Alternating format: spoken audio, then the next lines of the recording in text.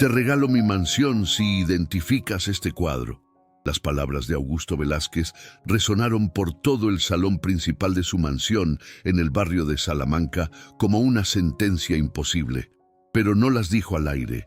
No las dijo a los 60 coleccionistas de arte, críticos pretenciosos y empresarios que bebían champán cristal bajo la araña de cristal de Murano. Las dijo mirando directamente a Elena Navarro, que en ese momento limpiaba discretamente copas de cristal en una mesa lateral, con su uniforme gris y su delantal blanco manchado de detergente. La risa estalló de inmediato. Carcajadas agudas de mujeres con collares de diamantes, risas graves de hombres con relojes que costaban más que un auto. El contraste era obsceno, brutal, calculadamente cruel. Lo que nadie imaginaba era que esa noche, en ese salón de 200 metros cuadrados, con techos de 6 metros y ventanales que daban a jardines privados iluminados como escenarios, algo iba a suceder que ninguno de ellos olvidaría jamás.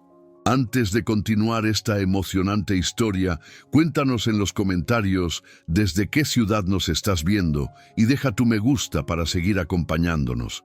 Pero volvamos al principio. La mansión Velázquez era exactamente lo que cabría esperar de un hombre que había hecho su fortuna construyendo torres de apartamentos de lujo por toda España. 3 plantas, 1000 metros cuadrados. Fachada neoclásica restaurada. Interiores que gritaban dinero en cada superficie de mármol de Carrara, en cada moldura dorada, en cada lámpara de diseñador que costaba lo que una familia promedio ganaba en un año. El salón principal, donde Augusto había organizado esta cena de gala, era su orgullo personal. Piso de mármol italiano que reflejaba la luz como un espejo.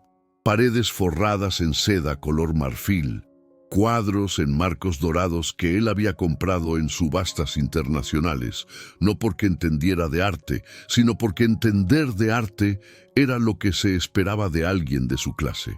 Y esa noche, en el centro absoluto del salón, sobre un caballete de caoba, había una pintura cubierta con un paño de terciopelo rojo. La razón de la reunión, el trofeo, la última adquisición de Augusto Velázquez. Los invitados eran exactamente el tipo de personas que Augusto coleccionaba tanto como coleccionaba arte. Ricardo Salas, dueño de una cadena hotelera, con su tercera esposa de 26 años colgando de su brazo como una joya más. Mercedes Quintana, heredera de una fortuna farmacéutica cubierta de esmeraldas colombianas. Andrés Moreno, crítico de arte del diario El País, con esa expresión de aburrimiento sofisticado que cultivaba como una marca personal, y entre ellos, como una anomalía que validaba su importancia, la doctora Cristina Blanco, curadora actual del Departamento de Pintura Flamenca del Museo del Prado. 45 años, elegante en un vestido negro simple, cabello recogido en un moño profesional. Había venido por curiosidad, después de que Augusto mencionara en una cena previa que había adquirido algo especial en Christie's, Londres. La cena había sido larga, ostentosa, langosta de Maine, caviar beluga, vino Chateau Margaux, 1995, a 2.000 euros la botella. Conversaciones que giraban alrededor de inversiones, propiedades en Marbella, yachts en el Mediterráneo. Arte mencionado solo como otra forma de inversión, como acciones o bonos, despojado de cualquier alma o significado más allá de su precio. Augusto estaba en su elemento. 52 años, pero mantenido con entrenadores personales y tratamientos faciales que le daban una apariencia artificial de juventud. Traje Brioni de 15.000 euros, gemelos de oro de Cartier, cabello gris peinado hacia atrás con producto que brillaba bajo la luz. Cuando sonreía, que era frecuente, sus dientes demasiado blancos brillaban como porcelana cara. Había bebido suficiente champán como para sentirse invencible. suficiente como para decidir que antes de revelar su nueva adquisición necesitaba un poco de entretenimiento adicional. Fue entonces cuando la vio. Elena Navarro había estado trabajando en la mansión de los Velázquez durante casi 3 años, siempre discreta, siempre invisible. Llegaba temprano, se iba tarde, limpiaba cada superficie hasta que brillaba, y lo hacía con una eficiencia silenciosa que hacía que los Velázquez casi olvidaran que estaba ahí. Esa noche, como en todos los eventos grandes, Elena había sido contratada para quedarse hasta tarde, ayudando al equipo de catering a limpiar copas, recoger platos, mantener todo impecable mientras los invitados disfrutaban. Su uniforme gris y blanco estaba impecable como siempre, aunque las costuras mostraban años de uso. Sus manos, enrojecidas por los químicos de limpieza, sostenían un paño con el que acababa de secar una copa de cristal de Bohemia. Tenía 39 años, pero podría haber pasado por más o por menos, dependiendo de la luz. Su rostro era hermoso de una manera que el trabajo duro no había logrado borrar completamente. Pómulos altos, ojos oscuros, profundos, que alguna vez habían brillado con pasión, pero ahora se mantenían bajos, como si mirar directamente al mundo doliera demasiado. Cabello castaño oscuro recogido en una cola de caballo simple, sin maquillaje, sin joyas, excepto un reloj sencillo que había comprado en un mercadillo. Había algo en su postura, en la forma en que se movía entre las mesas, que sugería una gracia que no venía de entrenamientos de etiqueta, sino de algo más profundo. Pero nadie en esa sala de ricos prestaba atención a esas cosas. Augusto la vio limpiando copas junto a una mesa lateral cerca de las puertas que daban a la cocina, y su cerebro, nublado por champán y la necesidad constante de validación a través de la crueldad, hizo una conexión. «Señoras y señores», anunció, alzando su copa, su voz amplificada por el silencio expectante. «Antes de revelar mi nueva adquisición, quisiera hacer algo divertido». Los murmullos de interés recorrieron el salón. Mercedes Quintana se inclinó hacia adelante. Ricardo Salas sonrió, anticipando el espectáculo. «Ven aquí», Augusto señaló a Elena con un gesto imperioso. «Sí, tú, la señora que limpia mis ventanas». Elena levantó la vista. Por un segundo, algo pasó por su rostro. No era miedo, era algo más complejo, reconocimiento de lo que venía, resignación. Y debajo de todo eso, enterrado tan profundo que nadie podría verlo, un dolor antiguo que nunca había sanado completamente. Dejó la copa y el paño sobre la mesa. Caminó hacia el centro del salón con pasos lentos. El sonido de sus zapatos baratos sobre el mármol italiano era casi inaudible bajo el murmullo creciente de los invitados. Mientras caminaba, las miradas la seguían, evaluándola, juzgándola, encontrándola inferior en cada aspecto que importaba en su mundo. «¿Qué opina mi hijo?», gritó Augusto hacia las escaleras de mármol. «Javier, baja, esto te va a encantar». Javier Velázquez, de 28 años, bajó las escaleras con expresión de fastidio apenas contenido. Era estudiante de Bellas Artes en la Universidad Complutense, a pesar de las objeciones de su padre, quien consideraba el arte una pérdida de tiempo a menos que generara dinero. Javier había heredado la altura de su padre, pero no su arrogancia. Vestía jeans y una camisa blanca simple, dramáticamente informal para la ocasión. «¿Qué haces, papá?», preguntó con tono cansado que sugería que ya sabía la respuesta y no le gustaba. «Entretenimiento», respondió Augusto con una sonrisa demasiado amplia. Se volvió hacia Elena, que ahora estaba de pie a 5 metros del caballete cubierto, las manos entrelazadas frente a ella, la cabeza ligeramente inclinada. «¿Ves ese cuadro cubierto?». Elena asintió casi imperceptiblemente. «Pagué 8 millones de euros por él en Christie's, Londres, hace 3 semanas. 8 millones. Dejó que el número flotara en el aire, saboreándolo. ¿Puedes siquiera imaginar esa cantidad? Claro que no. Es más de lo que ganarás en toda tu vida fregando pisos. Las risas brotaron como champán de botellas agitadas. Alguien murmuró, ¡ay Dios!, entre risas ahogadas. Mercedes Quintana cubrió su boca con una mano enjollada, sus ojos brillando con malicia anticipada. Elena no respondió. Simplemente miraba el paño de terciopelo rojo que cubría la pintura. Sus ojos se habían fijado en él con una intensidad que nadie notó porque todos estaban demasiado ocupados riéndose. «Te voy a hacer una oferta», continuó Augusto, caminando alrededor de Elena como un tiburón alrededor de su presa. «Una oferta que jamás tendrás en tu patética vida. Si logras identificar qué pintura es esa, de qué artista, de qué período, incluso de qué siglo, te regalo esta mansión, 30 millones de euros, escrituras a tu nombre, esta misma noche». El salón estalló, no en risas ahora, sino en exclamaciones de shock y deleite. «Augusto, estás loco», gritó Ricardo. «Eso es demasiado», agregó otra voz. «Es perfecto», dijo Mercedes aplaudiendo. «Esto es mejor que cualquier entretenimiento que pudiste haber contratado». Augusto levantó las manos pidiendo silencio. «No, no, hablo completamente en serio. Si esta señora...» Hizo una pausa dramática, mirando a Elena con desprecio apenas velado. «Que probablemente nunca ha pisado un museo en su vida, que probablemente cree que Velázquez es solo mi apellido». Más risas. «Si logra identificar esta obra maestra que costó 8 millones de euros, es suya, la mansión, todo». Se acercó tanto a Elena que ella pudo oler el champán en su aliento, mezclado con el perfume caro que llevaba. «Pero seamos honestos», su voz bajó a un susurro teatral que todos podían escuchar.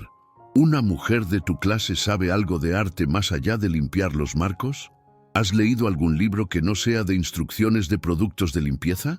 ¿Sabes siquiera quién pintó la Mona Lisa?» «Leonardo da Vinci», respondió Elena en voz baja pero clara.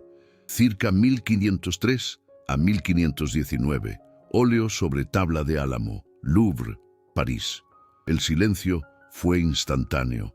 Varios invitados intercambiaron miradas sorprendidas.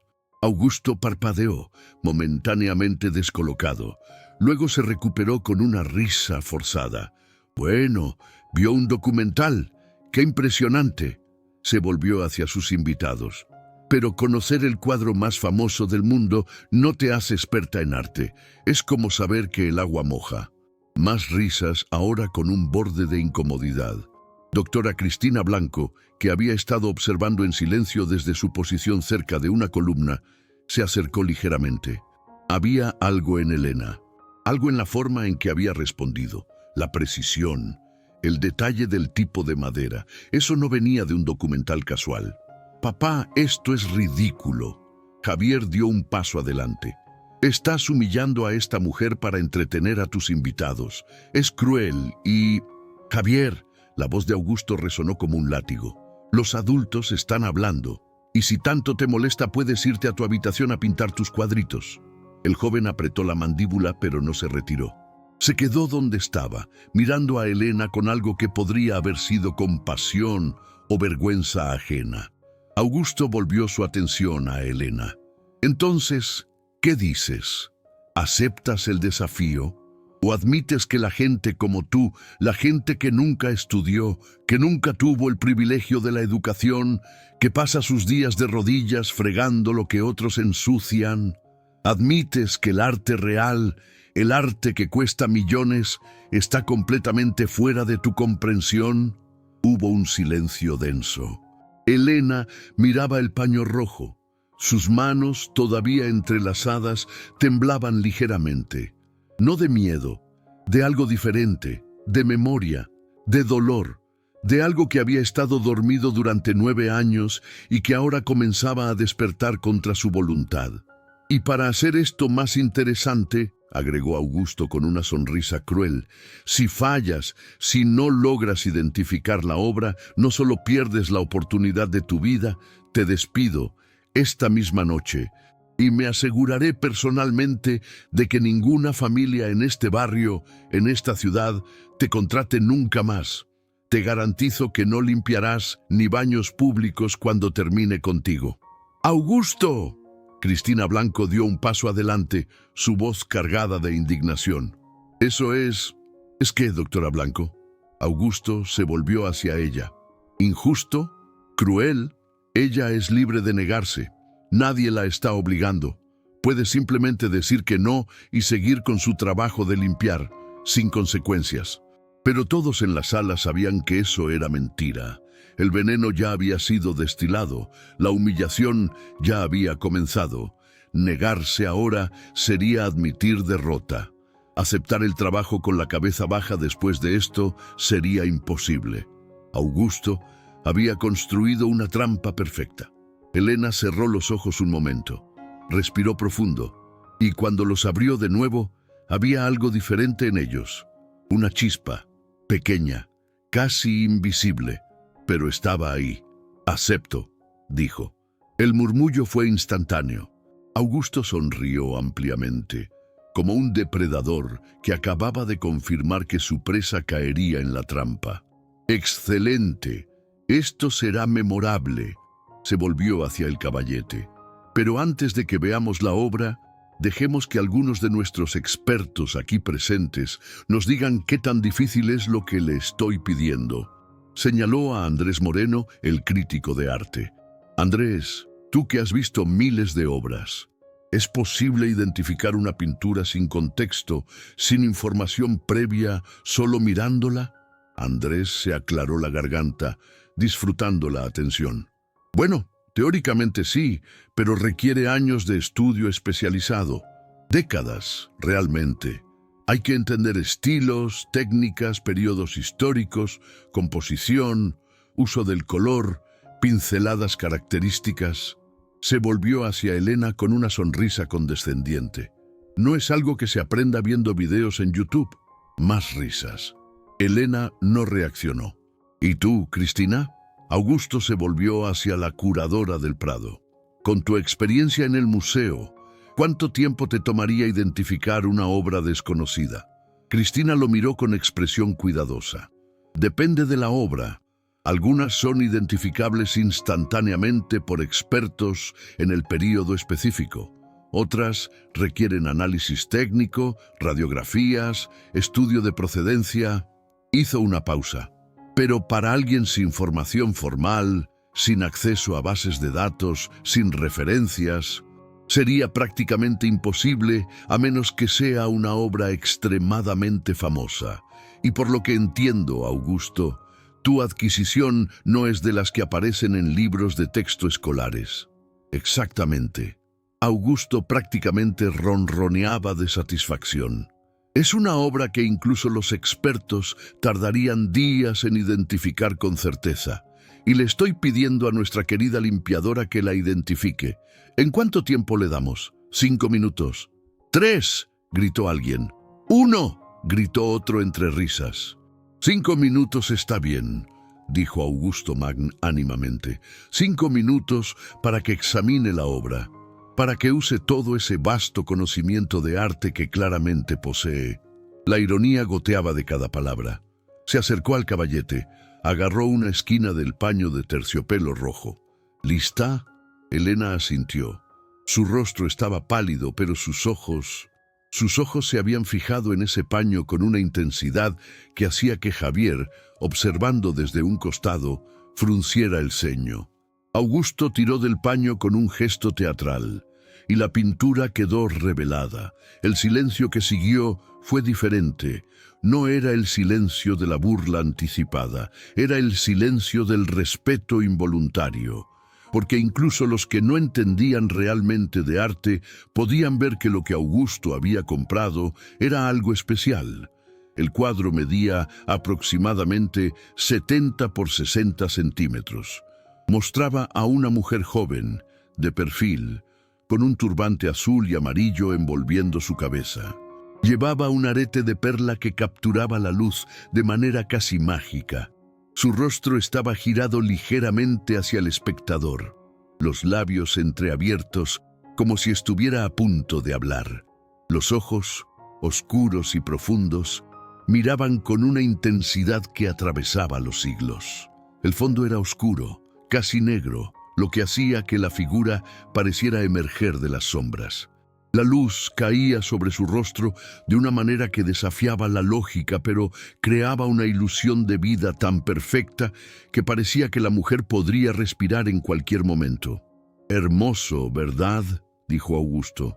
«Atribuido como escuela flamenca, siglo XVII, procedencia verificada, autenticidad certificada, 8 millones de euros bien invertidos». Pero nadie estaba escuchando a Augusto, porque Elena Navarro había dado un paso hacia la pintura, y en su rostro había una expresión que hizo que Cristina Blanco se quedara completamente inmóvil. Era la expresión de alguien que acaba de ver un fantasma, o algo mucho, mucho más valioso. Elena dio otro paso hacia la pintura, luego otro. Sus movimientos eran lentos, casi reverentes, como alguien acercándose a un altar sagrado. Las conversaciones en el salón habían cesado completamente.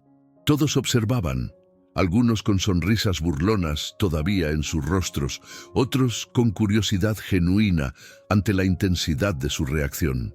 Cuando estuvo a 1 metro del cuadro, Elena se detuvo.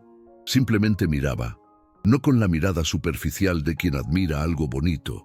Miraba con la intensidad de quien está leyendo, de quien está descifrando, de quien está viendo capas de información que otros no pueden ver.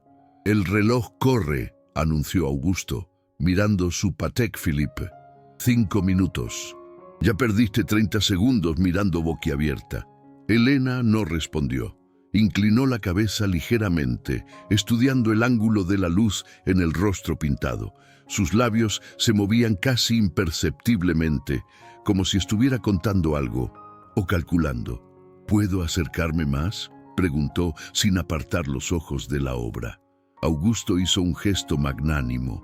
«Por favor, acércate todo lo que quieras. No vas a dañarla más de lo que tu ignorancia ya daña mi paciencia». Risas nerviosas, pero más suaves ahora. Porque había algo en la forma en que Elena se movía que estaba empezando a crear dudas en algunos de los presentes. Elena se acercó hasta que su rostro estuvo a 30 centímetros del lienzo. Sus ojos recorrían la superficie con movimientos precisos. Arriba, abajo, izquierda, derecha, estudiando cada centímetro. «¿Qué hace?», susurró Mercedes Quintana a Ricardo Salas. «Ni idea», respondió él, probablemente tratando de encontrar la firma del artista, como si eso fuera a ayudarla. Pero Cristina Blanco sabía exactamente qué estaba haciendo Elena, porque ella hacía lo mismo. Estaba estudiando el craquelure, las microfracturas en la capa de pintura que se forman con el tiempo. Estaba analizando las pinceladas, buscando patrones. Estaba evaluando la calidad y el tipo de pigmentos utilizados por cómo habían envejecido. Era una técnica de análisis que solo alguien con formación profesional en restauración y conservación conocería. «¿Puedo tocarla?», preguntó Elena de repente. La sala entera dio un jadeo colectivo. Augusto casi dejó caer su copa. «¿Qué? No, absolutamente no. Vale 8 millones de euros. No voy a dejar que tus manos sucias». «Solo el marco», interrumpió Elena, y había algo en su voz ahora. Una firmeza, una autoridad que no había estado ahí antes. «No tocaré el lienzo. Solo necesito examinar el marco, y el reverso si es posible». Augusto la miró con expresión entre confundida e indignada. «¿El reverso? ¿Para qué demonios quieres ver el reverso?» «Para verificar el tipo de soporte, la madera, el sistema de montaje, los sellos de procedencia si los hay». El silencio que siguió fue diferente, más denso, porque lo que Elena acababa de describir no era algo que alguien sin conocimiento técnico sabría que necesita verificar. Javier se había acercado más, fascinado. Andrés Moreno, el crítico, frunció el ceño profundamente. Y Cristina Blanco dio 2 pasos hacia adelante, sus ojos fijos en Elena con una intensidad nueva. «Está bien», dijo Augusto después de un momento, su tono menos seguro ahora.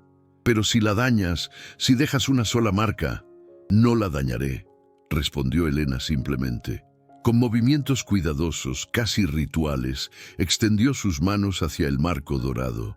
Eran manos enrojecidas por los químicos, con las uñas cortas y sin pintar, con callos en las palmas. Pero la forma en que tocaron el marco era cualquier cosa menos torpe.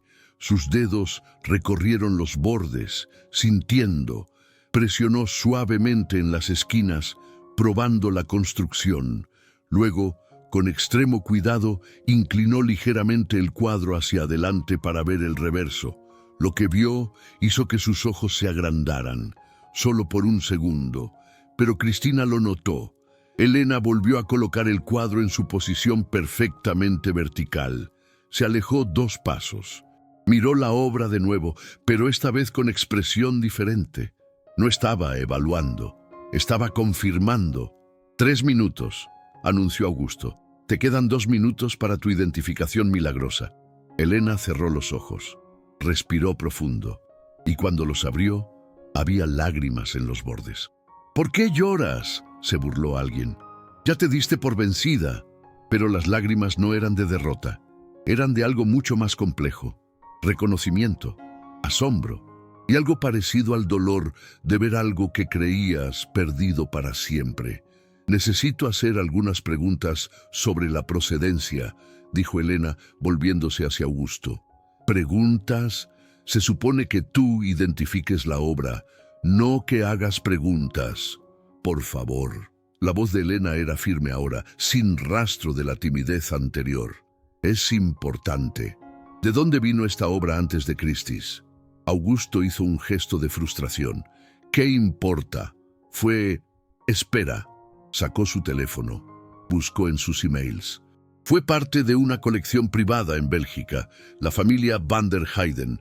Estuvo en su poder desde, dice aquí, desde 1948. La heredaron de un tío que la adquirió durante la guerra». «¿Por qué?».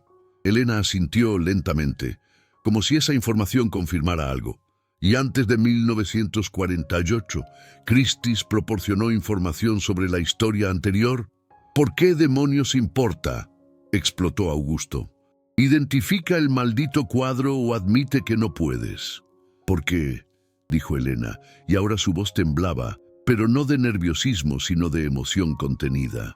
«La procedencia de esta obra es fundamental para su identificación. Y si lo que sospecho es correcto...». Hizo una pausa mirando a Cristina Blanco directamente. «Esta pintura no es una simple escuela flamenca, siglo XVII». «Ah, ¿no?». Augusto cruzó los brazos. «¿Y qué es entonces, según tu vasta experiencia?». Elena se volvió hacia la pintura. Extendió una mano temblorosa, señalando sin tocar. «El uso de la luz es característico. Vean cómo cae sobre el rostro en un ángulo de aproximadamente 45 grados. Crea un efecto de luminosidad que parece venir de dentro de la piel misma. No es una técnica común, requiere capas translúcidas de pintura, aplicadas con extrema paciencia». Varios invitados se habían acercado, ahora genuinamente interesados. «El turbante», continuó Elena, señalando el tocado azul y amarillo, «está pintado con azul ultramarino, pigmento hecho de lapislázuli molido. En el siglo XVII, ese pigmento era más caro que el oro. Solo los artistas más prestigiosos, trabajando para mecenas extremadamente ricos, podían permitirse usarlo tan generosamente». Cristina Blanco dio un paso adelante. «Continúa», dijo en voz baja. «La perla». Elena señaló el arete que colgaba del oído de la mujer pintada. «Miren cómo está renderizada. No es una perla pintada con precisión fotográfica. Es una ilusión de perla, un toque de blanco puro rodeado de sombras y reflejos. Es una técnica que solo un maestro absoluto dominaría». «Muy bonito», interrumpió Andrés Moreno con tono condescendiente. Pero todo eso podría aplicarse a docenas de pintores flamencos del siglo XVII, Van Dyck, Rubens, cualquiera de la escuela. No, Elena lo cortó, y la firmeza en su voz hizo que el crítico se callara. No cualquiera, porque hay algo más, algo que la mayoría de la gente no sabe buscar. Se acercó de nuevo al cuadro, señalando el fondo oscuro. ¿Ven ese negro? No es un negro uniforme. Si lo miran de cerca, muy de cerca, verán que tiene profundidad, capas. Es un negro construido con múltiples colores oscuros superpuestos. Esa técnica de crear profundidad en la oscuridad es extremadamente difícil. La mayoría de los artistas simplemente aplicaban negro directo. ¿Y?, preguntó Augusto, ahora menos seguro. ¿Y el tamaño? Aproximadamente 70 por 60 centímetros. El soporte que vi en el reverso es tabla de roble, no lienzo. Roble del Báltico, si no me equivoco, por el patrón del grano que pude ver. Ese tipo específico de madera era preferido por los pintores del norte de Europa, específicamente de los Países Bajos. Javier había sacado su teléfono y estaba buscando algo frenéticamente. Sus ojos se iban agrandando con cada segundo. Pero lo más revelador, Elena se volvió para enfrentar a toda la audiencia, es esto. Señaló los labios de la mujer pintada. Vean cómo están ligeramente separados, como si estuviera a punto de hablar o de respirar. Esa sensación de movimiento capturado, de un momento suspendido en el tiempo, es la marca distintiva de un artista. Un solo artista. ¿Quién?, preguntó Cristina, y su voz temblaba. Elena miró el cuadro una última vez. Las lágrimas corrían libremente por sus mejillas ahora. Johannes Vermeer, dijo. Delft, Países Bajos, circa 1665. Esta obra es Retrato de una dama con perla, también conocida en algunos catálogos antiguos como Dama desconocida con turbante azul. Fue catalogada como parte de la colección del archiduque Leopold Wilhelm de Austria en 1659. Desapareció de los registros públicos en 1944 durante la ocupación nazi de Bélgica. El silencio que cayó sobre el salón era tan absoluto que se podía escuchar el zumbido de las luces de la araña de cristal. Fue robada, continuó Elena, su voz más fuerte ahora, junto con otras 17 obras maestras del castillo de Laeken en Bruselas. Apareció en una lista de arte perdido de la Segunda Guerra Mundial. Interpol la tiene en su base de datos de arte desaparecido y ha sido buscada por museos y coleccionistas durante 80 años. Javier levantó su teléfono. Dios mío, está en Wikipedia. Lista de Vermeers perdidos. Aquí está. Mostró la pantalla a quien quisiera ver. Retrato de una dama con perla. Paradero desconocido desde 1944. Augusto se había puesto pálido. No es posible. Christie's la identificó como escuela flamenca. Dijeron que era anónima. Dijeron... Christie's se equivocó, dijo Elena simplemente. O la familia Van der Heyden ocultó deliberadamente su verdadera identidad para evitar reclamaciones de restitución, lo cual, considerando que la adquirieron durante la guerra, tiene sentido. Se volvió hacia Cristina Blanco. Doctora Blanco, usted es especialista en pintura flamenca. Usted ha estudiado a Vermeer. Acérquese, véala de cerca. Dígame si me equivoco. Cristina caminó hacia la pintura como si estuviera en trance. Se puso sus gafas de lectura. Se acercó tanto que su nariz casi tocaba el lienzo. Estudió, evaluó. Sus manos temblaban. Después de 2 minutos que parecieron eternos, se enderezó. Se quitó las gafas lentamente. Miró a Elena, luego a Augusto, luego de nuevo a la pintura. Ella tiene razón, dijo, y su voz temblaba. El craquelure es consistente con obras del siglo XVII, la técnica de las capas translúcidas, el uso del ultramarino, la construcción del negro del fondo, la forma específica en que la luz cae sobre la tela del turbante. Hizo una pausa. Esto tiene todas las características de un Vermeer auténtico. ¡No! Augusto casi gritó. Eso no es posible. Vermeer solo pintó 34 obras conocidas. Cada una vale más de 100 millones. Si esto fuera un Vermeer, valdría aproximadamente 150 millones de euros, completó Elena. Quizás más en subasta, dado que sería el primer Vermeer perdido en ser recuperado en 50 años. Pero tú, Augusto la miraba como si acabara de materializarse de la nada. Tú eres una limpiadora. ¿Cómo demonios sabes todo esto? Y entonces Cristina Blanco dio un paso adelante. Sus ojos se habían fijado en Elena con una intensidad nueva. Algo en el rostro de la mujer, algo en la forma en que había analizado la obra, algo en la precisión técnica de sus observaciones. «Dios mío», susurró Cristina. «Yo te conozco». Elena cerró los ojos. «Te conozco», repitió Cristina, más fuerte ahora. Sacó su propio teléfono, buscó, encontró, mostró la pantalla a los invitados más cercanos.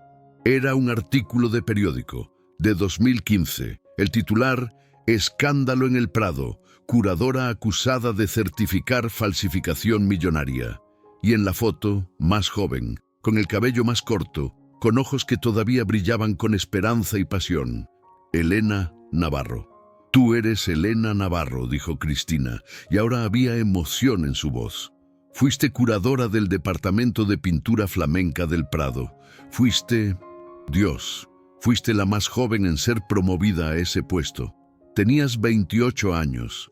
Eras brillante. Escribiste 3 libros sobre Vermeer y los maestros holandeses. Los murmullos recorrieron el salón como electricidad. ¿Qué?» Augusto miraba entre Cristina y Elena. «¿Qué estás diciendo?» «Estoy diciendo», respondió Cristina, acercándose a Elena con expresión de asombro y algo parecido a la vergüenza, «que acabas de humillar públicamente a una de las mayores expertas en pintura flamenca del siglo XVII de toda España. Una mujer que dedicó 15 años de su vida al estudio del arte. Una mujer que fue despedida por fraude», interrumpió Andrés Moreno, también buscando en su teléfono. «Dice aquí que certificó una falsificación, que causó un escándalo, que fue inocente», dijo una voz desde las escaleras. Todos se volvieron. Era Javier, bajando con su propia tablet. «Acabo de encontrar esto, un artículo de 2018.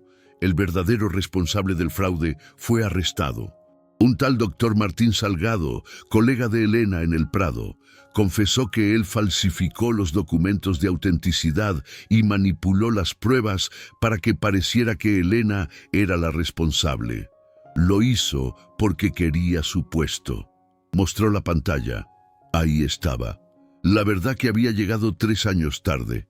Demasiado tarde para salvar la carrera de Elena. Demasiado tarde para devolverle los años perdidos. «El Prado emitió una disculpa pública», continuó Javier.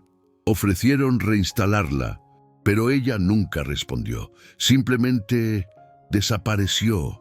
Todos los ojos se volvieron hacia Elena. Ella miraba el Vermeer. Solo el Vermeer. Las lágrimas corrían por su rostro, pero no se las limpiaba. «Durante 9 años», dijo finalmente, su voz apenas un susurro, que de alguna manera llenaba todo el salón. «No he tocado una obra de arte, no he entrado en un museo, no he permitido que mis manos hicieran nada excepto limpiar.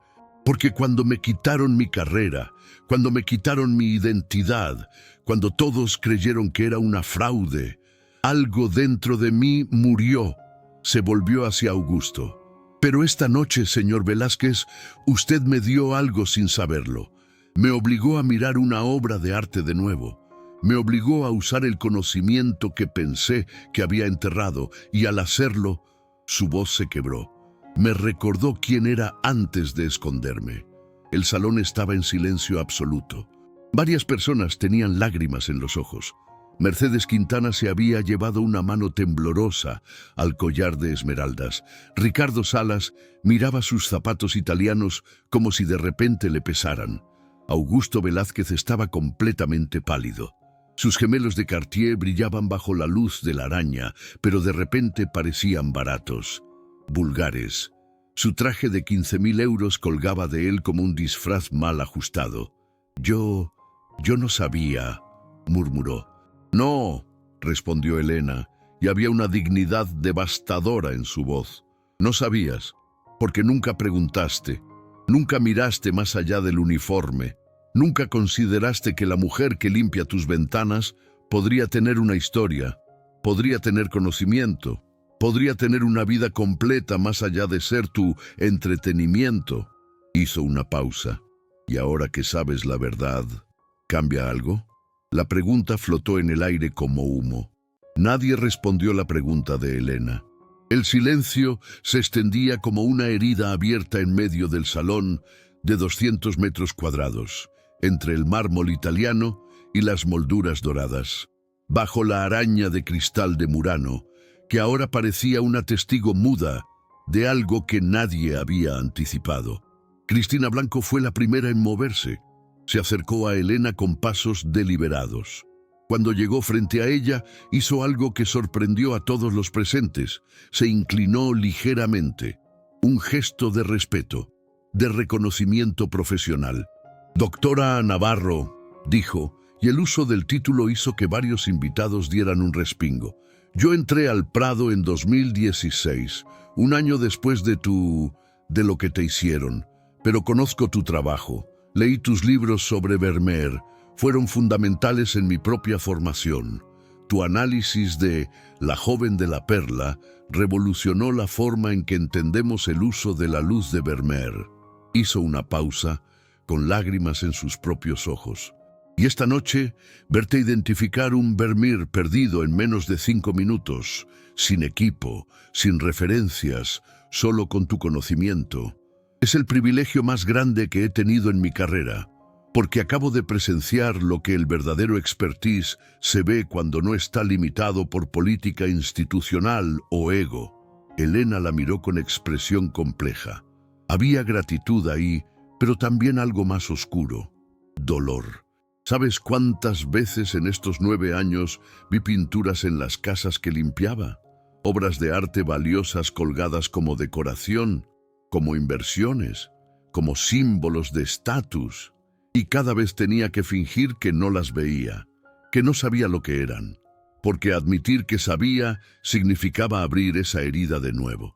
Se volvió hacia el Vermeer.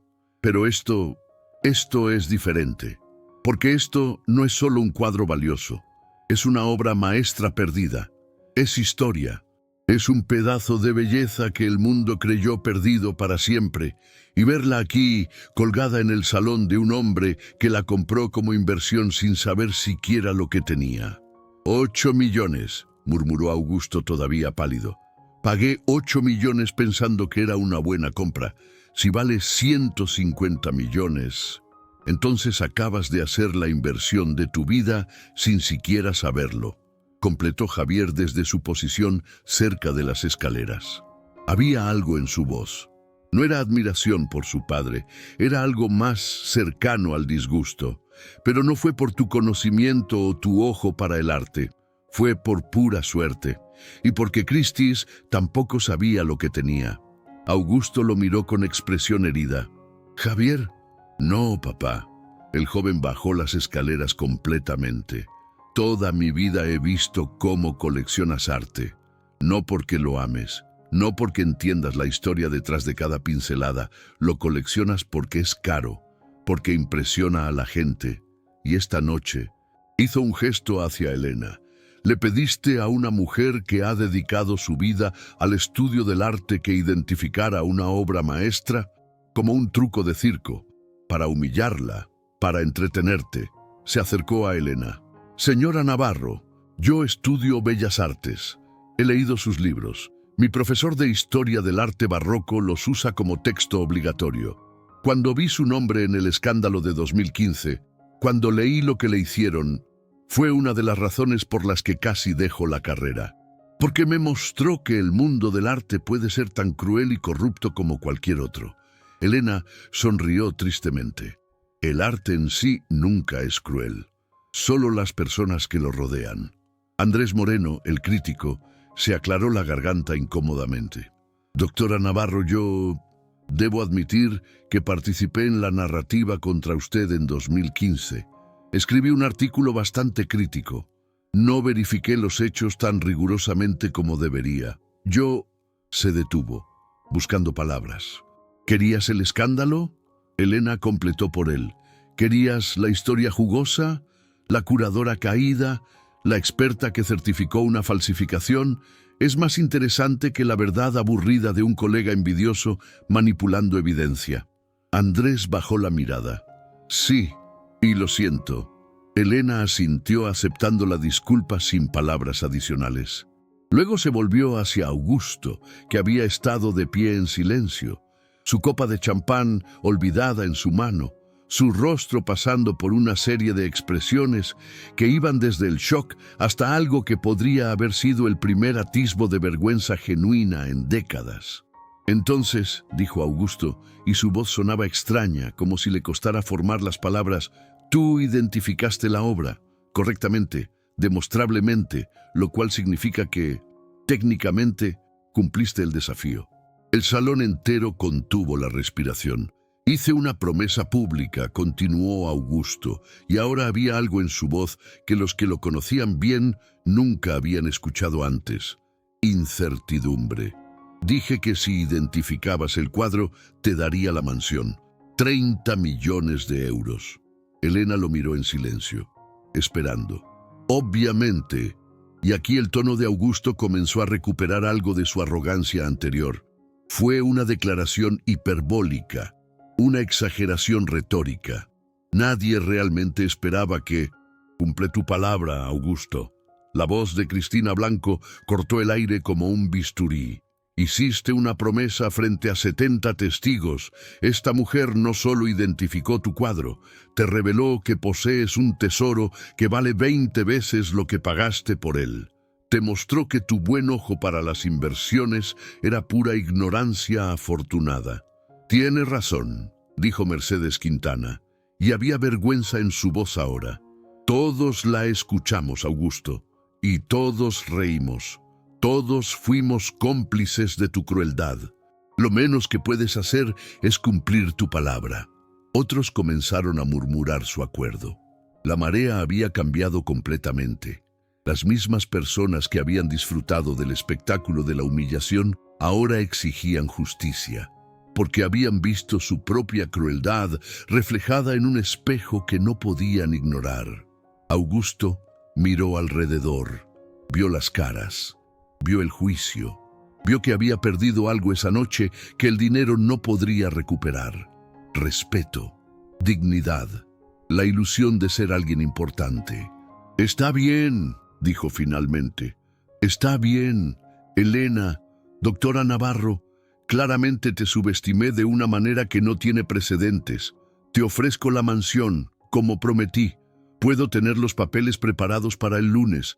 30 millones de euros en bienes raíces, libres de impuestos si estructuramos bien la transferencia. Fue generoso, más que generoso. Era exactamente lo que había prometido, pero Elena simplemente negó con la cabeza. No, dijo suavemente. No. La confusión era evidente en el rostro de Augusto. ¿Por qué no? Es una fortuna, cambiará tu vida completamente. ¿Por qué? Dijo Elena, y ahora dio un paso hacia él, sus ojos oscuros encontrando los suyos sin pestañear. Aceptar tu mansión significaría aceptar que el valor de mi conocimiento, de mis décadas de estudio, de mi pasión por el arte, puede ser comprado, puede ser reducido a una transacción financiera, un premio por tu entretenimiento. Hizo una pausa. Pero lo que sé, lo que he aprendido, lo que llevo en mi cabeza y en mi corazón, no tiene precio. No porque valga más que 30 millones, sino porque no se puede medir en dinero en absoluto. Se volvió hacia la pintura. Cuando tenía 23 años, vi mi primer Vermeer en persona. Fue en el Rijksmuseum en Ámsterdam. La lechera. Me quedé frente a ella durante 3 horas. Lloré. no porque fuera valiosa, aunque lo era. Lloré porque era hermosa de una manera que desafía la explicación. Porque un hombre que murió hace 300 años había capturado luz y vida de una forma que todavía me hace creer en la magia. Se limpió las lágrimas que habían comenzado a caer de nuevo. Y esa noche me prometí a mí misma que dedicaría mi vida a proteger esa belleza, a estudiarla, a ayudar a que otros la vieran como yo la veía, no como inversión, no como símbolo de estatus, sino como lo que realmente es, evidencia de que los seres humanos somos capaces de crear algo que trasciende nuestra propia mortalidad. Miró a Augusto. Tú compraste un Vermeer por 8 millones de euros y lo colgaste en tu salón sin saber siquiera lo que era. Lo compraste porque era caro, porque Christie's te lo vendió, porque querías impresionar a gente como la que invitaste esta noche. Gente que aplaude el precio, pero nunca ha sentido lo que es estar frente a la belleza verdadera y ser transformado por ella. Entonces no aceptas la mansión, dijo Augusto lentamente. No acepto tu mansión, confirmó Elena. Pero hay algo que sí quiero. ¿Qué? Elena señaló el Vermeer. Quiero que entiendas lo que realmente tienes. Quiero que por una vez en tu vida veas más allá del precio. Esta obra fue robada durante la guerra. Una familia en algún lugar, probablemente judía, probablemente asesinada en los campos, la perdió junto con sus vidas. Estuvo escondida durante 80 años y ahora está aquí, por accidente, por suerte, porque Christie's falló en su autenticación. Dio un paso más cerca de él.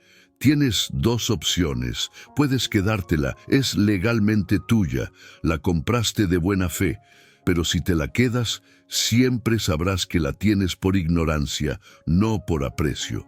Que vale 150 millones, no porque tú tengas buen ojo, sino porque tuviste buena suerte.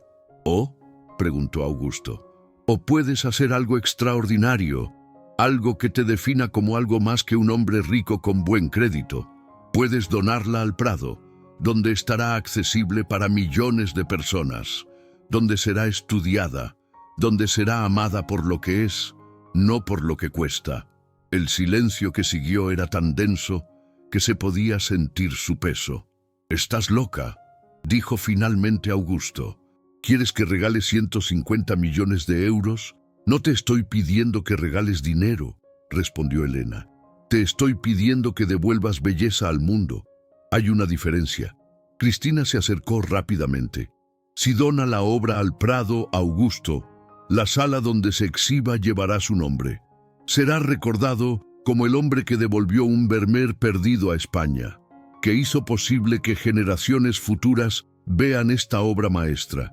Ese es un legado que el dinero no puede comprar. Javier asintió. Y papá, piénsalo.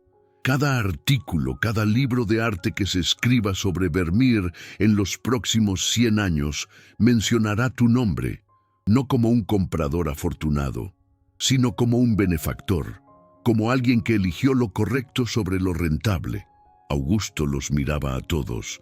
Su rostro era un campo de batalla de emociones, codicia, orgullo y algo más, algo nuevo. La posibilidad de ser recordado por algo más que dinero. Necesito pensarlo, dijo finalmente. Por supuesto, respondió Elena. Es tu decisión, pero sea cual sea tu elección, quiero que sepas algo. ¿Qué? Esta noche me diste algo que no esperaba. Me obligaste a recordar quién era. Me obligaste a usar el conocimiento que había enterrado. Y al hacerlo, sin querer, me liberaste de una prisión que yo misma había construido. Se quitó el delantal gris. Lo dobló cuidadosamente. Lo dejó sobre una mesa lateral. Mañana llamaré al Prado. Hablaré con el director. 9 años es suficiente penitencia por un crimen que nunca cometí. Es tiempo de volver. Miró a Cristina. Si todavía hay lugar para mí. Cristina sonrió a través de las lágrimas. Doctora Navarro, el Prado nunca dejó de necesitarte. Solo esperábamos que volvieras. Elena asintió. Luego se volvió hacia la audiencia de 60 personas que la habían humillado una hora antes y ahora la miraban con algo entre admiración y vergüenza. «A todos ustedes», dijo, su voz llegando a cada rincón del salón, «que rieron esta noche, que disfrutaron del espectáculo de mi supuesta ignorancia. Quiero que recuerden algo.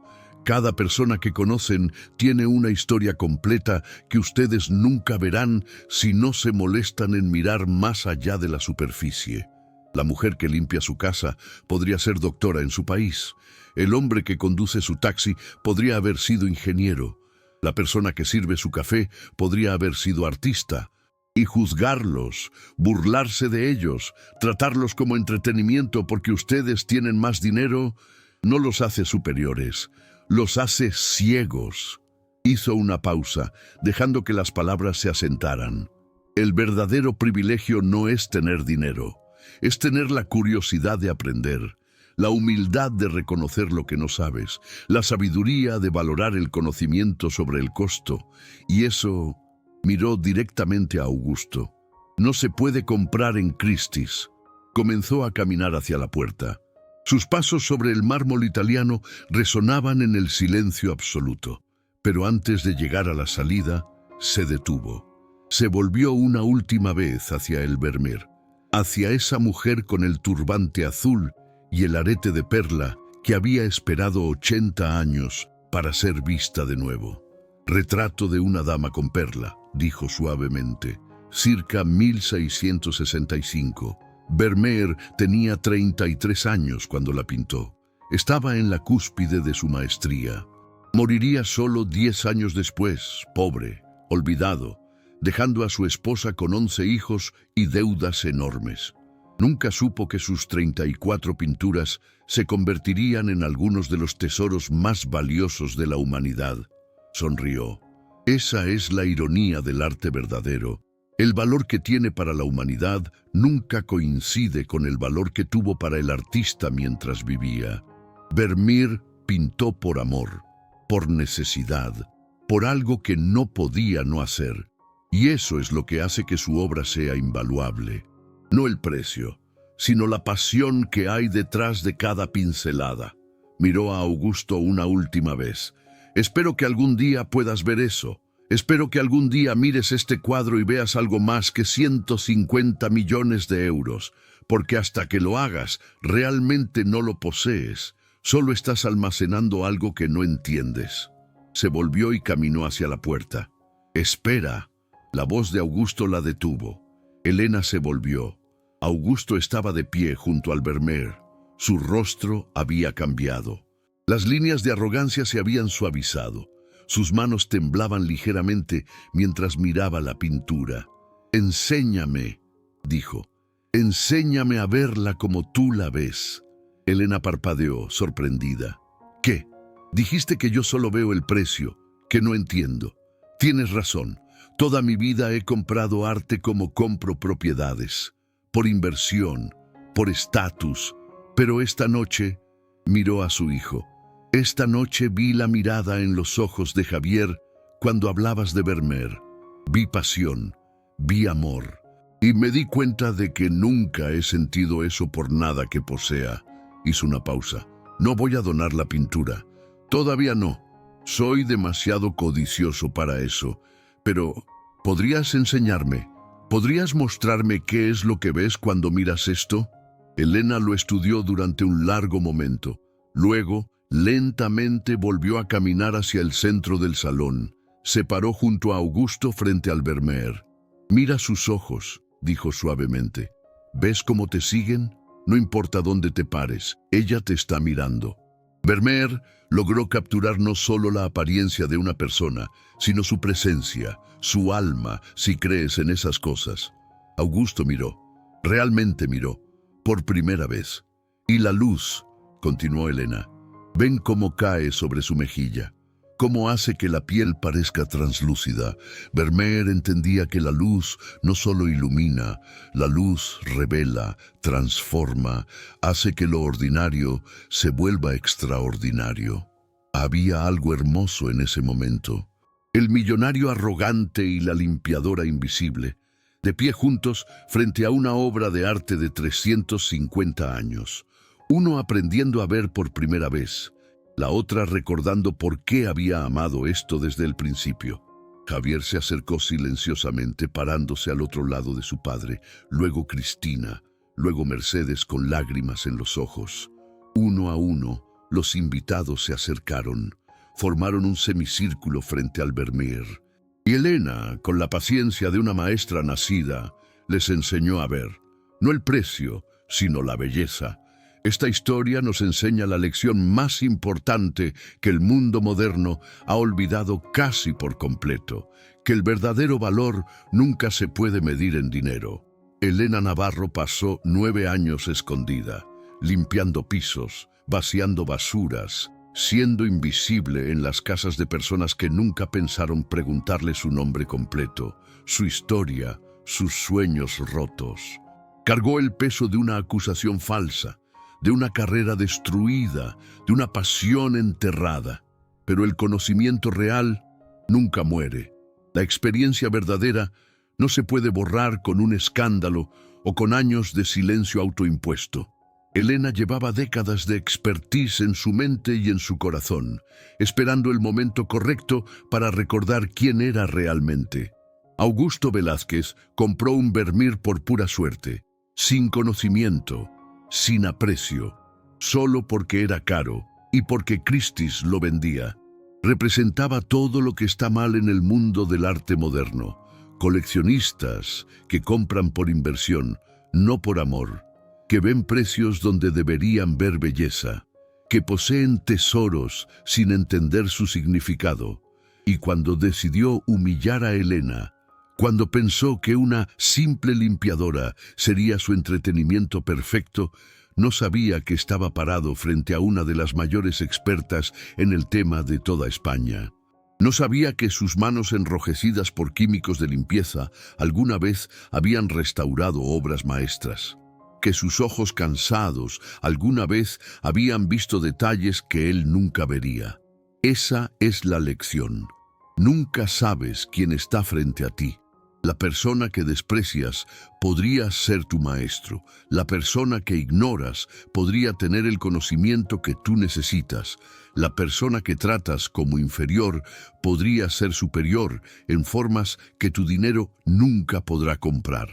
Elena pudo haber aceptado la mansión. 30 millones de euros, una fortuna que hubiera borrado todos los años de lucha, pero no lo hizo. Porque entendía algo que Augusto está apenas comenzando a aprender, que algunas cosas no se pueden comprar, vender o poseer realmente. Solo se pueden experimentar, apreciar, amar. El arte verdadero no es inversión. Es evidencia de que los seres humanos somos capaces de crear belleza que trasciende el tiempo. Que un hombre que murió hace 300 años puede hacer que llores hoy con el movimiento de su pincel. Eso no tiene precio, literalmente. Quizás tú también has escondido algo, un talento, una pasión, un conocimiento. Lo enterraste porque el mundo te dijo que no valía nada, que no era práctico, que no generaba dinero. Y has pasado años siendo invisible, haciendo trabajos que no reflejan quién eres realmente. Esta historia es para ti. Es un recordatorio de que nunca es tarde para volver, para recordar, para ser visible de nuevo. El conocimiento espera, el talento duerme, pero nunca muere. Solo necesita el momento correcto, la humillación correcta, el desafío correcto para despertar. Gracias por acompañarnos hasta el final de esta historia de redención y dignidad recuperada. Cuéntanos en los comentarios si alguna vez has escondido un talento o conocimiento porque el mundo te hizo sentir que no valía. Suscríbete y activa la campanita para no perderte nuestras próximas historias, que te recordarán que el verdadero valor humano está en lo que sabes, no en lo que tienes. Deja tu me gusta si crees que la belleza y el conocimiento son más valiosos que cualquier cuenta bancaria. Y antes de irte, mira la historia que te dejo aquí a la izquierda sobre un chef sin hogar que enseñó a un crítico millonario el verdadero significado de la comida. Estoy seguro de que también te emocionará y te hará reflexionar sobre qué es lo que realmente importa. Hasta la próxima historia. Y recuerda, el arte no es lo que cuesta, es lo que te hace sentir. Y eso, querido amigo, no tiene precio. La dama con la perla sigue mirando, esperando a que alguien realmente la vea.